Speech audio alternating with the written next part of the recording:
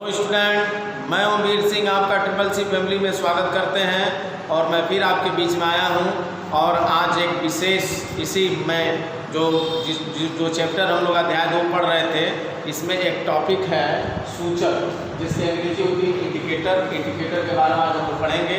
और साथ ही साथ हम लोग पीएच पैमाना पढ़ेंगे और साथ ही साथ जो है पीएच मान क्या होता है उसके बारे में पढ़ेंगे और उससे रिलेटेड सवालों को हम लोग हल करेंगे, जो कि वेरी वेरी इंपॉर्टेंट है। आज का जो लेक्चर है वो बहुत वेरी इंपॉर्टेंट कर सकते हैं और बोर्ड एग्जाम के लिए ज़रूर क्वेश्चन इसमें से आते हैं। अब जैसे बात करते हैं सूचक है क्या, इंडिकेटर का मतलब आप देखे होंगे मोटरसाइकिल चलाते हैं या कार चलाते हैं तो क्या होता है कि बगल में आपका वो इंडिकेटर जब आप ऑन करते हैं तो क्या होता है, अगर बाएं साइड में करते हैं तो बाएं साइड के जो है इंडिकेटर जलने लगता है और दाएं साइड में ऑन करते हैं दाएं साइड का इंडिकेटर जलने लगता है। यानी सूचक एक प्रकार से क्या होते हैं, एक कह सकते हैं कि ये ऐसे पदार्थ होते हैं जो किसी रासायनिक अभिक्रिया के पूर्ण होने की सूचना देते हैं। यानी सूचक ऐसे पदार्थ होते हैं जो किसी रासायनिक अभिक्रिया के पूर्ण होने की सूचना देते हैं। वो सूचना दे देते हैं कि देखिए पूर्ण हो गया है। जैसे कहने मतलब यह है कि अगर आप मोटरसाइकिल से जा रहे हैं, आपको दाएं साइड में मुड़ना है तो आप दाएं साइड का इंडिकेटर ऑन करते हैं तो वह दूर से ही जो है जो व्यक्ति आपके पीछे चलने वाला होता है उसको जानकारी हो जाता है कि यह फला व्यक्ति जो है यही जो है दाएं साइड में मुड़ने वाला है। या बाएं साइड का इंडिकेटर आप ऑन करते हैं तो वो पता चल जाता है कि आप बाएं साइड में मुड़ने वाले हैं। वो यानी सूचना देते हैं, वो बताते हैं कि अब मेरी जो गंतव्य जो पथ है वो पूरा हो गया, अब मैं मुड़ने वाला हूँ, ठीक है, चाहे बाएं साइड में या दाएं साइड में, तो ये सूचना देते हैं। तो कहने मतलब यह है, अगर रसायन विज्ञान की भाषा में देखेंगे तो सूचक ऐसे पदार्थ होते हैं जो किसी रासायनिक अभिक्रिया के पूर्ण होने की सूचना देते हैं। यहाँ जो है सूचक जो हम लेंगे वहाँ ऐसे ले सकते हैं, सूचक ऐसे पदार्थ हैं जिनका अम्लीय तथा क्षारीय माध्यम में भिन्न भिन्न रंग होता है। सूचक ऐसे पदार्थ होते हैं या सूचक ऐसे रंजक होते हैं जिनका अम्लीय तथा क्षारीय माध्यम में भिन्न भिन्न रंग होता है। ठीक है, तो आइए बात करते हैं, देखेंगे ये ऐसे रंजक होते हैं, ये ऐसे रंजक होते हैं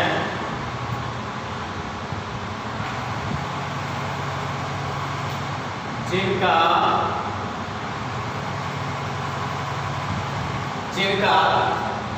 रंग अम्लीय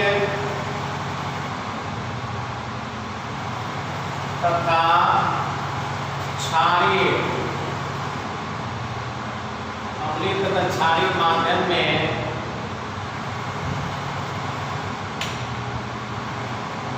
में भिन्न भिन्न होता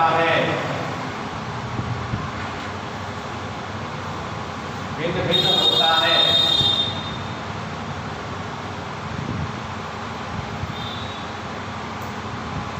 या एक परिभाषा आप दे सकते हैं। जैसे एक परिभाषा हमने ये बताया है कि ये ऐसे रंजक होते हैं, रंजक मतलब डाई होता है, DYE। ये ऐसे रंजक होते हैं जिनका रंग अम्लीय तथा क्षारीय माध्यम में भिन्न होता है। यानी अम्लीय माध्यम में इनका रंग कुछ और होगा और उसी रंजक का यानी उसी सूचक का क्षारीय माध्यम में रंग क्या होगा, अलग होगा। या सिंपल वे में अगर लिखना चाहते हैं तो जो हमने बताया कि सूचक वे पदार्थ होते हैं जो किसी रासायनिक अभिक्रिया के पूर्ण होने की सूचना देते हैं। या लिखेंगे सूचक वे पदार्थ होते हैं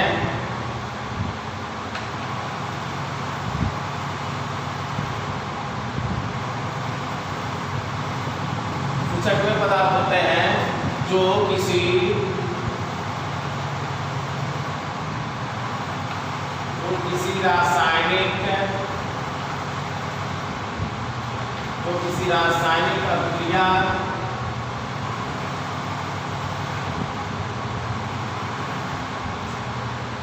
किसी रासायनिक अभिक्रिया के पूर्ण होने की सूचना देते हैं।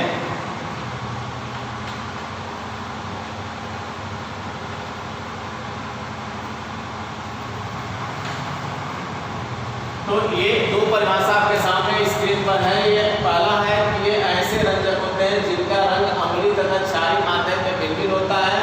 दूसरा परिभाषा यह है कि सूचक वे पदार्थ होते हैं जो किसी रासायनिक क्रिया के पूर्ण होने की सूचना देते हैं। फॉर एग्जाम्पल हम ले सकते हैं लिटमस पत्र। लिटमस पत्र, methyl orange, methyl orange, methyl red,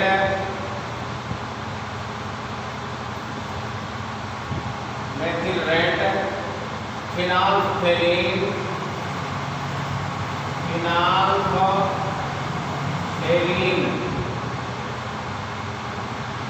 ETC। देखिए जैसे में क्या क्या है, लिटमस पत्र आप जान रहे हैं, मेथिल ऑरेंज, मेथिल रेड, फिनाल्फथेलीन और इत्यादि हमने लिख दिया। लिटमस पत्र के बारे में हमने आपको पहले बताया था कि लिटमस पत्र जो है ये बनता है किससे, लाइकेन नामक पौधे से। किससे बनता है, याद रखिएगा। कोई पूछे कि लिटमस पत्र किसका बना होता है तो आप बताइएगा लाइकेन नामक पौधे का बना होता है, ठीक है। और लाइकेन ये, और ये लिटमस पत्र जो होता है ये नीला और लाल दोनों कलर का होता है। तो अगर नीले लिटमस पत्र को अम्ल में डाल देते हैं तो वो लाल कर देता है।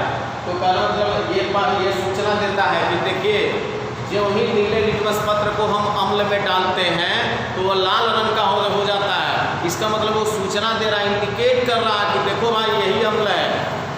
जो ही हम नीले लिटमस पत्र को अम्ल में या किसी यौगिक में जब डालते हैं अगर वो लाल हो जाता है तो इसका मतलब वो सूचना दे रहा है, इंगित कर दिया कि देखो ये जो लिक्विड है जिसमें तुमने डाला है वो क्या है, अम्ल है। और अगर हम लिटमस पत्र को, लाल लिटमस पत्र को किसी यौगिक में डाल रहे हैं, अगर वो नीला हो जाता है तो इसका मतलब वो बता रहा है कि हम क्या है, वो बता रहा है कि वह यौगिक क्या है, क्षार है। तो इस तरह से ये सूचना देते हैं। लिटमस पत्र का जो है अम्लीय माध्यम में होगा, अम्लीय माध्यम में देखेंगे तो यह नीले को लाल कर देता है और क्षारीय माध्यम में देखेंगे तो लाल को क्या करता है, नीला कर देता है। इसी तरह से मेथिल ऑरेंज का अलग अम्लीय माध्यम में कुछ और रंग होगा और क्षारीय माध्यम में कुछ और होगा। मेथिल रेड का भी यही कहानी है और फिनाल्फथेलीन का भी यही कहानी है। तो आई होप ये छोटा सा परिभाषा है और बस इसमें यही बस जानना था कि सूचक क्या होते हैं। अभी मैं यहाँ लिखवा दूंगा कि ये लिटमस पत्र, मेथिल ऑरेंज और मेथिल रेड, फिनाल्फथेलीन जो सूचक हैं इनका अम्लीय और क्षारीय माध्यम में कौन कौन सा रंग माने किस किस रंग के होते हैं।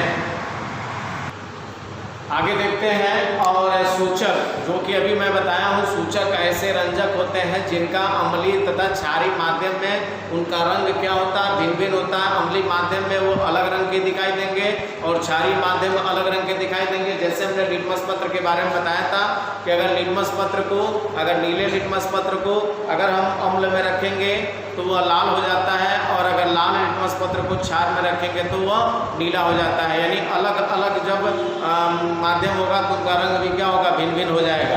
ये ध्यान रखिएगा।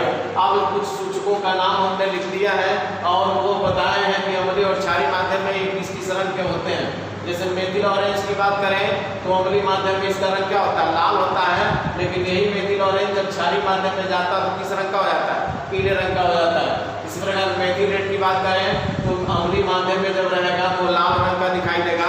लेकिन इसी मेथिल रेड को अगर क्षारीय माध्यम में अगर हो गया, क्षार में इसको डुबो दिया जाए तो किस कलर का हो जाता है, पीले रंग का हो जाता है। इसी प्रकार लिटमस पत्र की बात की है तो अम्लीय माध्यम में किस रंग का हो जाता है, लाल, क्योंकि नीला लिटमस पत्र लाल हो जाता है और इसमें लाल लिटमस पत्र क्या होता है, नीला हो जाता है। तो अम्लीय माध्यम में लाल रंग का होता है और क्षारीय माध्यम में नीले रंग का होता है। फिर फिनाल रेड की बात करें तो अम्लीय माध्यम में पीले रंग का होता है और क्षारीय माध्यम में लाल रंग का होता है। और फिनाल्फथेलीन की बात करें तो अम्लीय माध्यम में कोई रंग नहीं होता, रंगहीन होता है, यानी इसमें किसी पर कोई रंग होता ही नहीं है। जबकि क्षारीय माध्यम में किस रंग का होता है, गुलाबी रंग का होता है। अब हम बात करते हैं सार्वत्रिक सूचक की बात करते हैं जिसकी अंग्रेजी होती है यूनिवर्सल इंडिकेटर। जैसे सूचक के बारे में अभी आप पढ़े हैं कि सूचक ऐसे पदार्थ होते हैं जो किसी रासायनिक अभिक्रिया के पूर्ण होने की सूचना देते हैं, या सूचक ऐसे रंजक हैं जो अम्लीय तथा क्षारीय माध्यम में उनका रंग क्या होता है, भिन्न भिन्न होता है। ऐसे ही सार्वत्रिक सूचक की बात करें तो सार्वत्रिक सूचक भिन्न भिन्न सूचकों को मिलाकर एक सूचक बनाते हैं। भिन्न भिन्न जो सूचक हैं, ये देखिए तमाम सूचक आपके सामने हैं, इनमें से 2 को 3 को मिलाकर जो क्या करते हैं, एक सूचक बनाते हैं। और उसी सूचक को जो सूचक बनाते हैं जो भिन्न भिन्न पीएच पर अलग अलग रंग देता है। पीएच मीन्स होता है, ये डेनिश शब्द होता है पीएच। पी जो पी का अर्थ होता है पोटेंज, डेनिश शब्द है पी अक्षर का मतलब होता है पोटेंज, और एच का मतलब होता है हाइड्रोजन आयन। तो कहने का मतलब यह है, पी मीन्स होता है पोटेंज, और पोटेंज का अर्थ होता है शक्ति, और एच माने क्या होता है, हाइड्रोजन आयन। तो हाइड्रोजन आयन की शक्ति, इसका मतलब ये होता है। अभी हम पीएच स्केल के बारे में बताते हैं और पीएच पैमाना बताएंगे।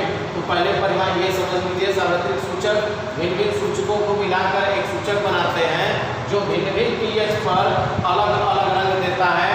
जिसमें जैसे हमने लिखा है कोलथोप एक सार्वत्रिक सूचक है, कोलथोप नाम है, इसी को हम कहते हैं सार्वत्रिक सूचक कहते हैं। तो आई होप कितना चीज आपको क्लियर हो गया होगा। फिर हम लोग बढ़ते हैं पीएच स्केल की तरफ। अब अगला आइटम आपका आ गया पीएच पैमाना, जिसकी अंग्रेजी होती है पीएच स्केल। ये होता क्या समझिएगा, ये एक रसायनज्ञ थे जो डेनिश के थे। कहाँ के, डेनिश के रहने वाले थे, और उनका नाम था एसपीएल सोरेनसन। इस पैमाने का आविष्कार डेनिश रसायनज्ञ एसपीएल सोरेनसन ने किया था। और पीएच शब्द का प्रयोग सर्वप्रथम उन्होंने ही किया था। और इसमें देखेंगे तो पी जो है, पी जो पहला अक्षर है वो स्मॉल पी होता है, और जो बड़ा ये जो एच है वो कैपिटल एच होता है। ध्यान दीजिएगा, पी स्मॉल है और एच क्या है, कैपिटल। तो पी जो अक्षर है यह डेनिश जो है, डेनिश में पी का मतलब होता है पोटेंज। आप पोटेंज मीन्स होता है पावर, आप पावर माने होता है शक्ति, और एच का मतलब क्या होता है, हाइड्रोजन आयनों की, हाइड्रोजन आयनों की शक्ति इसको कहते हैं।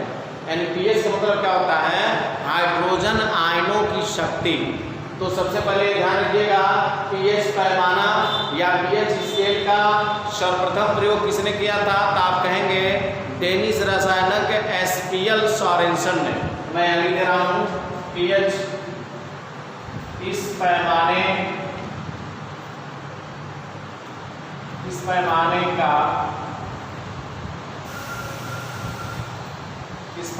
का सर्वप्रथम प्रयोग डेनिश रसायनज्ञ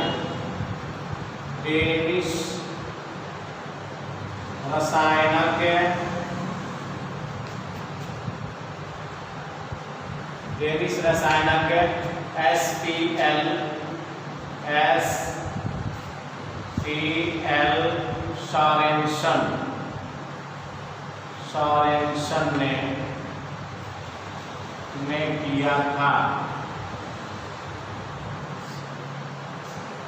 ये आपके कंपटीशन एग्जाम में भी पूछा जाता है कि पीएच स्केल का सर्वप्रथम प्रयोग किसने किया था, तो आप बताएंगे डेनिश रसायनज्ञ एसपीएल सोरेनसन ने किया था।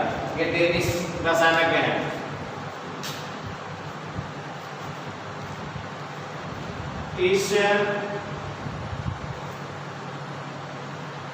इस शब्द यानी शब्द मतलब क्या है, पीएच का प्रयोग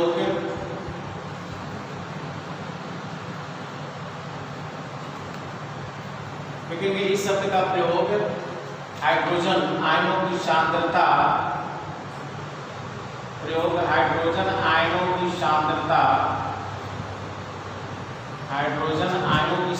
के लिए किया जाता है।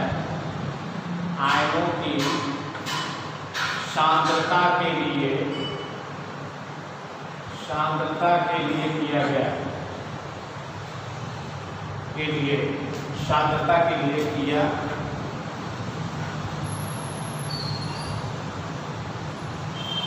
गया। इसमें पी स्मॉल इसमें छोटा p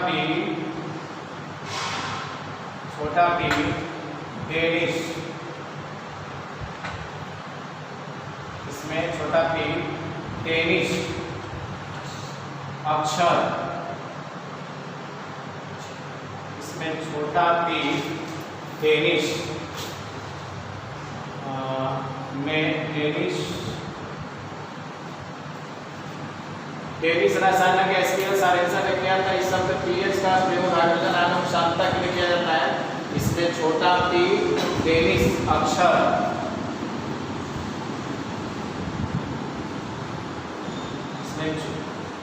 इसमें डेनिश अक्षर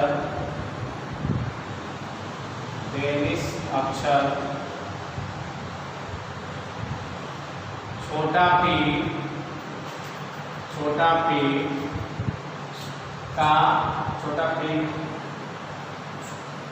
का मतलब पोटेंस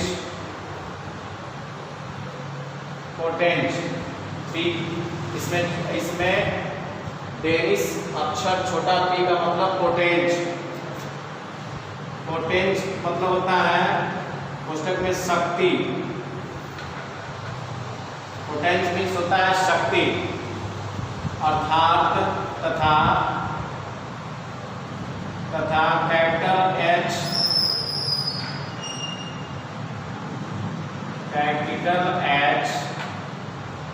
हाइड्रोजन आयनों की सांद्रता,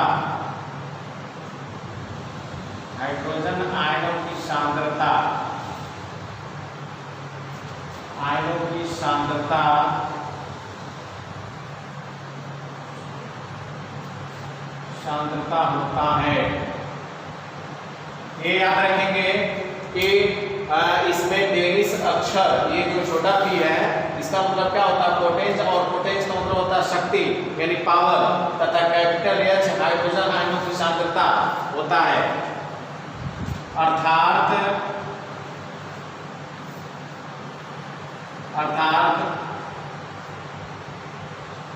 pH का अर्थ हाइड्रोजन आयनों की शक्ति, होता है। हाइड्रोजन आयनों की शक्ति होता है।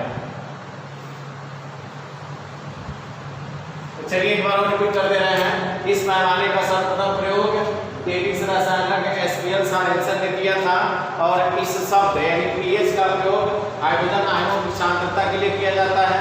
इसमें डेनिश अक्षर यानी छोटा p जो होता है, इसमें पहला अक्षर स्मॉल होता है और दूसरा अक्षर जो है कैपिटल होता है। तो इसमें डेनिश अक्षर छोटा p का मतलब होता है पोटेंस, और पोटेंस का मतलब होता है शक्ति, तथा कैपिटल H यानी हाइड्रोजन आयनों की सांद्रता होता है। अर्थात पीएच का जो अर्थ हो गया वो हाइड्रोजन आयनों की शक्ति। इसी प्रकार अगर मान लीजिए आपका POH आ गया, अगर POH आ गया तो POH का अर्थ होता है हाइड्रॉक्सिल आयनों की शक्ति, हाइड्रॉक्सिल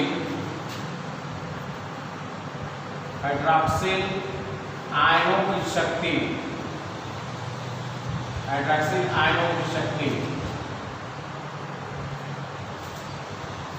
तो ध्यान दीजिएगा पीएच का अर्थ हो जाएगा हाइड्रोजन आयनों की शक्ति, और POH का अर्थ हो जाएगा हाइड्रॉक्सिल आयनों की शक्ति।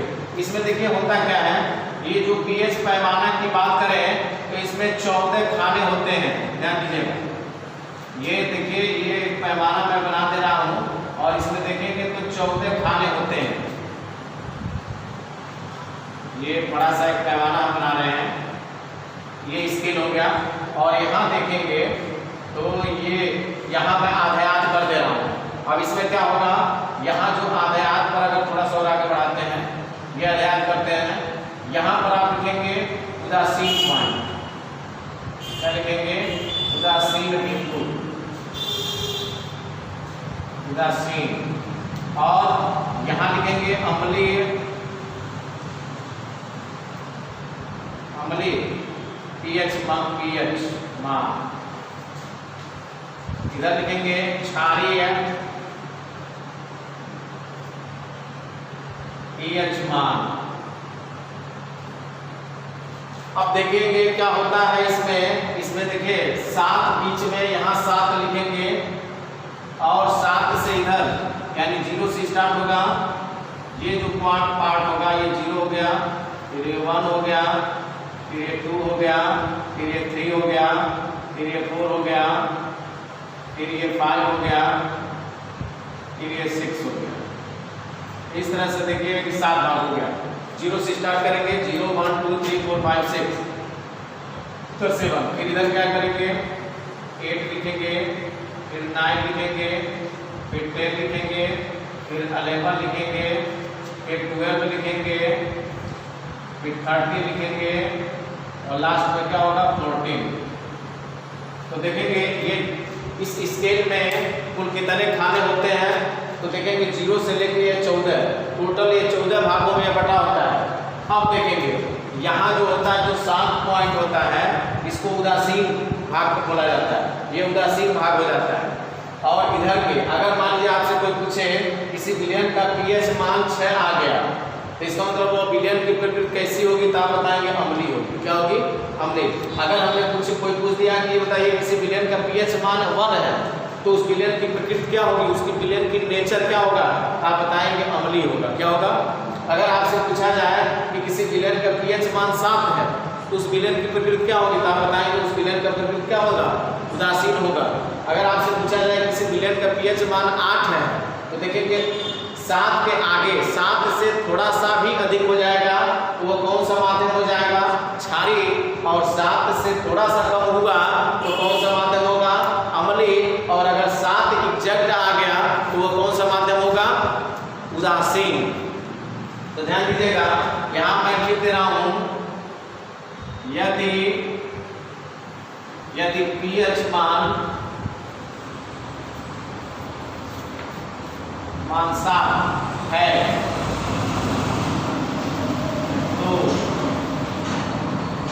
विलयन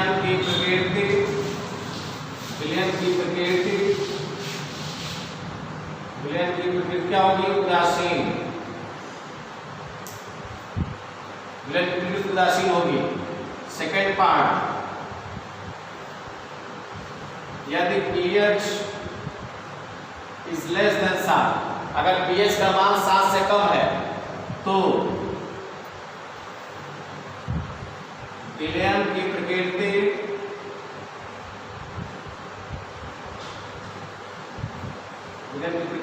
अम्लीय होगी।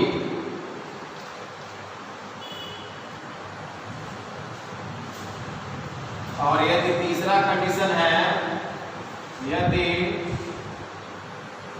pH इज ग्रेटर देन 7, तो विलयन की प्रकृति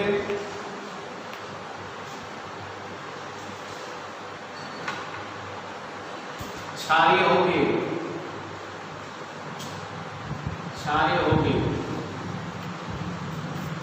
तो देखेंगे, ये ध्यान रखिएगा, एक बार मैं रिपीट कर दे रहा हूँ। इस पैमाने का सर्वप्रथम प्रयोग किसने किया था, डेनिश रसायनज्ञ एसपीएल सारेनसन ने किया था। और इस शब्द पीएच का प्रयोग हाइड्रोजन आयनों की सांद्रता के लिए किया गया। इसमें डेनिश अक्षर छोटा p का मतलब होता है पोटेंज, और पोटेंज का मतलब होता है शक्ति, तथा कैपिटल जो H है, जो कैपिटल H जो लिखा गया है, इसका मतलब क्या होता है, हाइड्रोजन आयनों की सांद्रता होता है। अर्थात पीएच का अगर पूरा नाम पूछा जाए तो पीएच का अर्थ क्या होता है, हाइड्रोजन आयनों की शक्ति।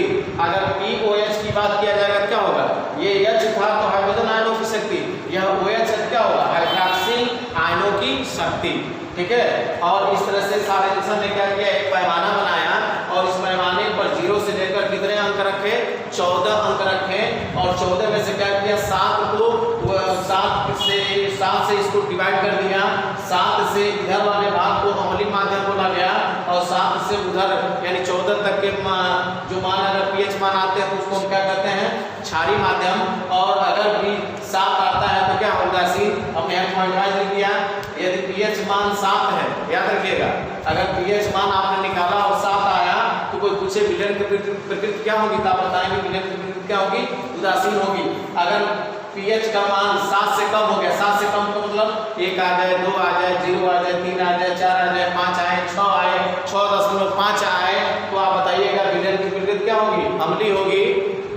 और अगर pH मान 7 से बड़ा है, 7 से बड़ा यानी 7.1 हो, 7.2 हो, 8 हो, 9 हो, 9.5 हो, अगर ये सब में से आते हैं तो आप बताएंगे विलयन की प्रकृति कैसी है, क्षारीय। बस यही पहचान आपको सवाल दे दिया जाएगा और मान लीजिए देने के बाद क्या होगा, आप उस सवाल को करेंगे और अगर आपका pH मान 7 आएगा तो उदासीन बताइएगा, pH मान 7 से कम आएगा तो अम्लीय बताइएगा, और अगर pH मान 7 से बड़ा आता है तो क्या बताएंगे, क्षारीय बताएंगे। इस तरह से यह सार्वजनिक ने एक पैमाना का आविष्कार किया था और इस तरह से जो है, और इन्होंने ये बताया कि ये pH पैमाना का आविष्कार क्यों किया गया, तो आप ये बताएंगे हाइड्रोजन आयनों की सांद्रता और हाइड्रोक्सिल आयनों की सांद्रता को ज्ञात करने के लिए किया गया। अब अगला स्टेप आपका आता है pH मान। pH मान क्या होता है समझिएगा, किसी विलयन का pH मान विलयन में उपस्थित H+ आयनों के मोल प्रति लीटर सांद्रता के ऋणात्मक लघुगणक के बराबर होता है। एक बार और मैं रिपीट कर रहा हूँ, किसी विलयन का pH मान विलयन में उपस्थित H+ आयनों के मोल प्रति लीटर सांद्रता के ऋणात्मक लघुगणक के बराबर होता है। फिर से रिपीट करिएगा, 3 बार जब दिमाग में, जैसे राम का नाम 3 बार ले लिया जाए, राम राम राम, तो जरूर दिमाग में ये होता है कि बैठ जाता है। उसी तरह से 3 बार परिभाषा आपको बताया जा रहा है तो एकदम बैठा लीजिए। किसी विलयन का pH मान विलयन में उपस्थित H+ आयनों के मोल प्रति लीटर सांद्रता के ऋणात्मक लघुगणक के बराबर होता है। तो यहाँ मैं लिख रहा हूँ किसी विलयन का pH मान, किसी विलयन का pH मान विलयन में उपस्थित pH मान विलयन में उपस्थित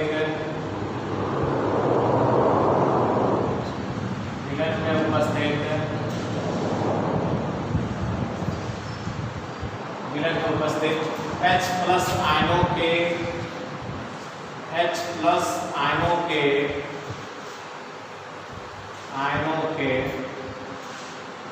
मोल प्रति लीटर, H+ आयनों के मोल प्रति लीटर सांद्रता के ऋणात्मक लघुगणक के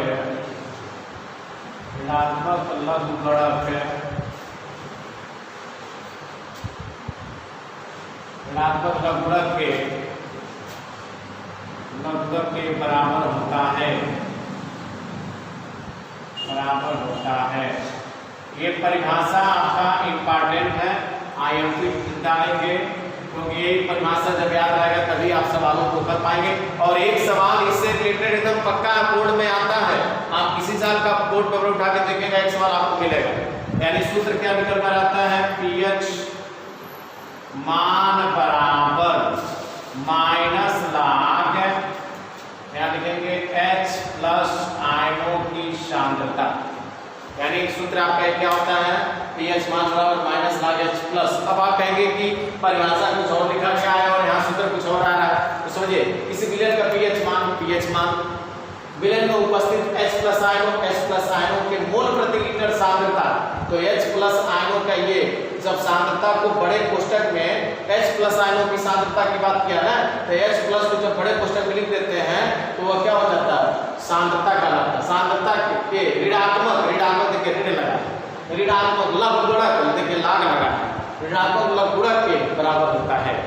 यानी फिर से समझिएगा किसी विलयन का pH मान विलयन में उपस्थित H+ आयनों की सांद्रता, यानी H+ को जब बड़े कोष्ठक में रख देंगे तो इसको पढ़ते हैं H+ आयनों की सांद्रता। क्या पढ़ते हैं, H+ आयनों की सांद्रता के ऋणात्मक, देखिए ऋणात्मक आगे ऋणात्मक लघुगणक आगे लाग लग जाएगा, ऋणात्मक लघुगणक के क्या होता है, बराबर होता है, बराबर के चिन्ह, ठीक है।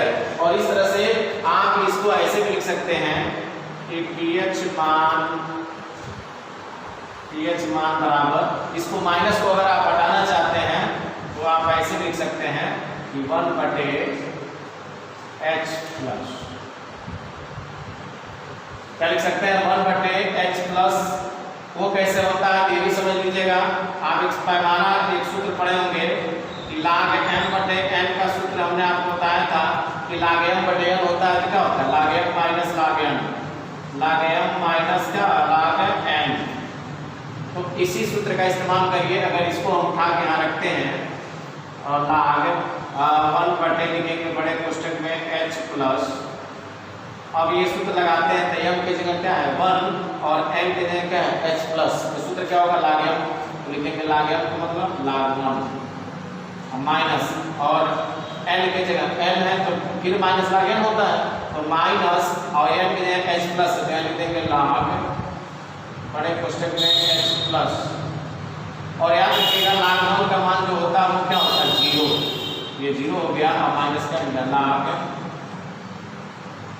h plus. और इस तरह से देखेंगे तो आगे मान आपका क्या कि pH मान बराबर किसके माइनस log h प्लस। एक बार और समझने का प्रयास करते हैं। देखिए सबसे पहले देखिएगा pH मान बराबर क्या होगा माइनस log और h प्लस, ठीक है। इसको आप अगर इस माइनस को हटाना चाहते हैं तो log 1/h प्लस लिख दीजिएगा। वो कैसे होता है, तो एक सूत्र होता है log m/n का सूत्र होता है log m minus log n, इसी चीज को log m/n ये उठा के मैं यहाँ रखा हूँ तो निकल कर आया log m, तो m के लिए क्या है यहाँ 1, तो log 1 माइनस log n, यहाँ n था तो n लिखे हो, यहाँ n की जगह क्या है h प्लस, और log 1 का मान क्या होता है 0 और माइनस log ये बचा h प्लस। अच्छा ये बताइए यही मनवा था, यही मनवा किसके बराबर था pH मान के, और pH मान का मान आ गया क्या माइनस log h प्लस, लेकिन pH मान का मान ये भी होता है और pH मान का ये भी होता है, ठीक है ना। तो कहने मतलब ये दोनों सूत्र ये भी इस्तेमाल कर सकते हैं, ये भी इस्तेमाल कर सकते हैं, ठीक है। आप ज्यादातर सवालों में यही लगाइएगा, आप कहीं उलझेंगे नहीं। अच्छा सूत्र इसमें और लिख सकते हैं, एक सूत्र आपने अभी ये 3-4 सूत्र आपको लिखना है। log m/n बराबर सूत्र होता है log m minus log n, log n। और एक चीज और देखिएगा कहीं कहीं देखेंगे तो यहाँ 10 भी दिया रहता है, तो यहाँ भी 10 लिखेंगे और यहाँ भी 10, अगर नहीं दिया तो मत लिखिएगा, अगर नहीं पूछे तो यहाँ ई रहता है ई। एक पहला सूत्र ये अभी मैं जस्ट बताया, दूसरा सूत्र होता है कि log m into n, अगर m यानी m बटे m में n से भाग होता है तो log m minus log n हो गया। अगर m और n का गुणनफल होता है तो इसका सूत्र होता है log m plus log n, यानी अलग अलग कर देते हैं log m plus log n। अगर यहाँ 10 रहेगा तो यहाँ 10, यहाँ 10 करिए, यहाँ e रहेगा तो यहाँ e, नहीं कुछ है तो लिखने की जरूरत नहीं, ठीक है। अगला सूत्र होता है log m पावर n, और जब m पावर n होगा ना तो एक घटवा आगे आ जाता है, हो जाता है इसका सूत्र n log m। और एक चौथा सूत्र याद रखेंगे कि log अगर log 1 की बात करेगा log 1 और यहाँ बेस 10 log 1 हो, log 1 का मान याद रखेंगे 0, चाहे यहाँ 10 रहे चाहे 9 रहे, log 1 आ गया तो उसका मान क्या होगा 0। ये बेस 10 आप लिख सकते हैं, यहाँ भी बेस 10, यहाँ भी नहीं लिखेंगे तभी कोई बात नहीं, ठीक है। अच्छा अगला एक सूत्र होता है log 10 बेस 10, अगर 10 यहाँ और 10 यहाँ दोनों मान सेम हो तो इसका मान क्या होता है 1। अगर नीचे ये बेस नहीं दिया है, केवल log 10 दिया तभी इसका मान क्या होगा 1 ही होगा। जैसे ये अगर 9 रहे तभी log 10 का मान क्या लिखेंगे आप 1 ही लिखिएगा, और अगर नीचे दे दिया है दोनों मान सेम है तभी उसका मान क्या होगा 1 ही होगा।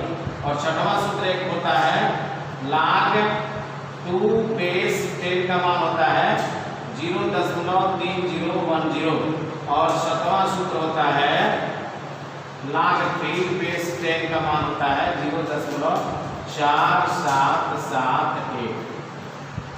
यानी इतना सूत्र है। log m बटे अगर n होगा, अगर बेस 10 दिया तो लिखिएगा, नहीं दिया है नहीं दिया तो लिखने की जरूरत नहीं है, ये ध्यान रखिएगा।